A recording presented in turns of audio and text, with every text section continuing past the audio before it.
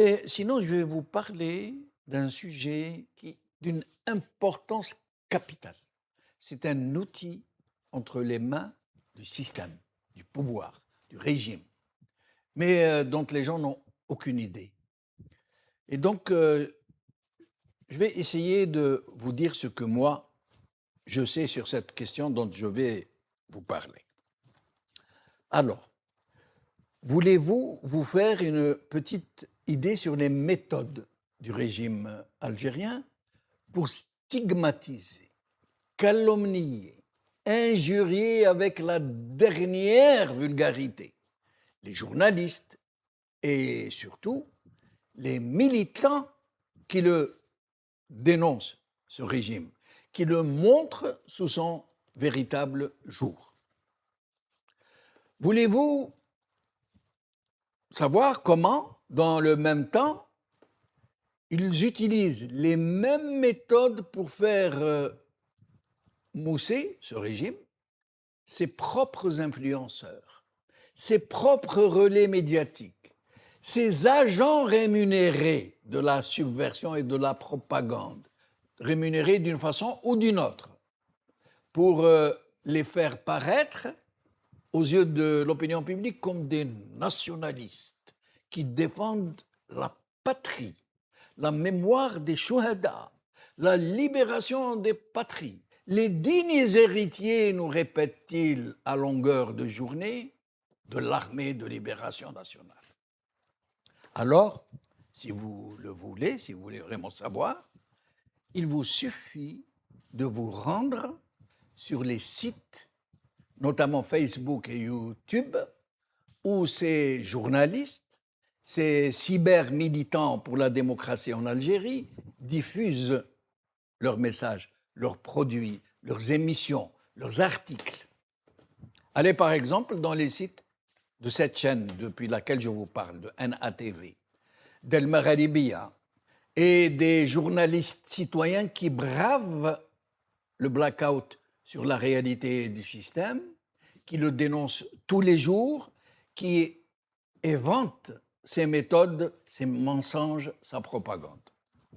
Et dans le même temps, allez dans les espaces des cyber-baltagias du système et vous allez vite comprendre ce que je suis en train de vous dire. Pour les premiers, ceux qui militent pour la démocratie en Algérie, qui donnent de leur temps, qui donnent de leur argent, qui font tout ce qu'ils peuvent, qui s'exposent à la calomnie, à l'injure, à la flétrissure, vous allez être proprement choqués. Ce sont des centaines, parfois des milliers de commentaires de Doubeb d'une incommensurable bassesse, d'une obscénité, je mesure mes mots, puisque moi-même j'en suis victime tous les jours, d'une obscénité que vous ne penserez même pas possible et qui montre en réalité le niveau et la vulgarité d'un pouvoir qui ne recule devant rien, ni aucune ignominie pour se maintenir à la tête d'un peuple dont il a volé la souveraineté sur son propre pays.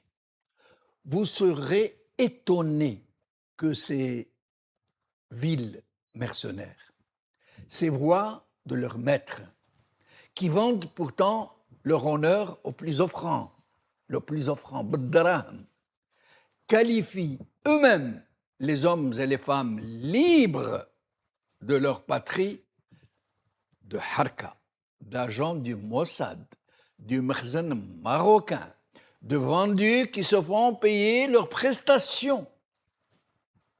De la même manière que les mêmes se rendent dans les espaces entretenus par le régime, celui des cyber-baltagias, dont les audiences sont artificiellement gonflées pour faire croire à une grande popularité, pour tromper l'ennemi qu'est l'opinion publique, et entretenir la calomnie sur les militants pour la démocratie.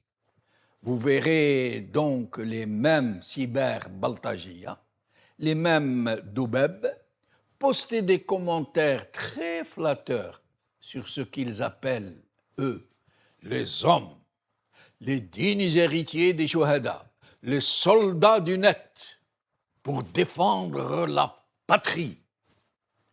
Mais ne vous méprenez pas. S'il existe en effet parmi ces cohortes de Doubeb des gens naïfs qui suivent le mouvement, le courant et qui croient sincèrement qu'ils défendent leur pays contre des traîtres et des mercenaires, s'il existe aussi parmi ces pourfendeurs du militantisme pour la libération de l'Algérie des alliés naturels du pouvoir, parce qu'ils trouvent leur compte avec lui. Le gros des troupes est d'une toute autre nature, et c'est cela que vous ne savez pas et que je vais vous dire. Ce sont des cyber-Baltagia organisés en véritable commando du net, dirigés par les services des trois grands services de sécurité, la DGSA, la DGSI et la DGSE.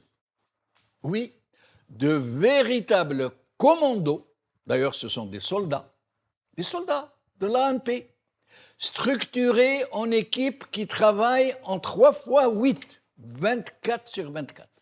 Ou, d'après vous, dans des casernes, agencées en open space et dirigées par des officiers de l'ANP ou des services. C'est la même chose, de toutes les façons. Chaque cyber-Baltagie a un programme, une liste de militants et de sites qu'il doit attaquer. Plusieurs pseudonymes derrière lesquels il se cache, derrière lesquels il signe ses Hachakum immondices. Mais il n'y a pas que cela. Un autre commando d'un niveau autrement plus élevé, autrement plus qualitatif, j'allais dire, est dirigé par la DGSN. Il est même, et tenez-vous bien, subventionné par l'Union européenne chaque année parce que censé combattre la cybercriminalité, alors qu'il use de ses subsides internationaux européens pour pirater les comptes des opposants, recenser les interventions des militants pour les ficher et les fliquer. D'autres méthodes existent aussi, comme de gonfler les audiences des cyber-Baltagia du régime à coups de milliers ou de centaines de milliers de dollars de ces cyber-Baltagia qui agissent zama à visage découvert, ou non. J'insiste donc auprès de vous, chers amis qui nous suivez, avant que nous ne prenions des décisions peut-être pour supprimer tout simplement l'espace commentaire sur nos vidéos, parce que nous sommes fatigués de nous faire insulter, qu'on vienne insulter nos mères, nos épouses, nos sœurs, avec des termes qui font très mal, et ils le savent, et ils le font pour ça. Allez voir de vous-même ce que sont les sales méthodes de ces soudards du net. Voyez par vous-même l'obscénité et l'ordure dont ils usent pour salir l'honneur des militants et des journalistes libres. Vous constaterez ainsi par vous-même ce que sont ces gens, ce que sont leurs méthodes et jusqu'où ils peuvent aller, autant les cyber-Baltagia que leurs officiers traitants, que le pouvoir qui les sustente.